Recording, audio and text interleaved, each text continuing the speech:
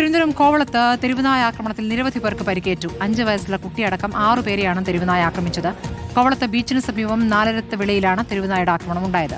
Rescue സംഘം പിടികൂടിയ ഒരു നായ്ക്ക് പേവിഷബാധയുണ്ടെന്ന സംശയവുമുണ്ട്. സ്വാതന്ത്ര്യ സാജു വിവരങ്ങളുമായ സ്വാതന്ത്ര്യ, ഇപ്പോൾ തെരുവുനായ ആക്രമണം, അതിൽ പിടിയിലായ തെരുവുനായ്ക്ക് പേവിഷബാധ സംശയിക്കുകയും ചെയ്യുന്നു. എന്താണ് ഇപ്പോൾ അറിയാനാകുന്നത്? എത്ര പേർക്ക് പരിക്കേറ്റു?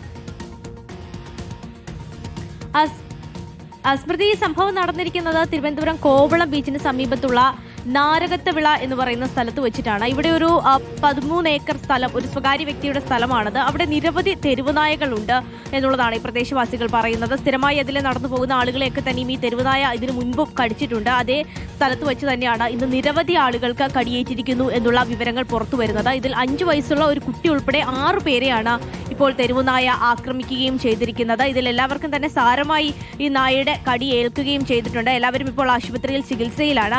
ഈ 13 ഏക്കർ സ്ഥലത്തുള്ള തെരുവുനായകളെ മാറ്റണമെന്ന് അവിടുത്തെ പ്രദേശവാസികൾ പല സമയങ്ങളിലായി ആ സ്ഥലത്തിന്റെ ഉടമയോടടക്കം ആവശ്യപ്പെട്ടിട്ടുണ്ടെങ്കിലും അയാൾ അതിന് വേണ്ടിയുള്ള നടപടി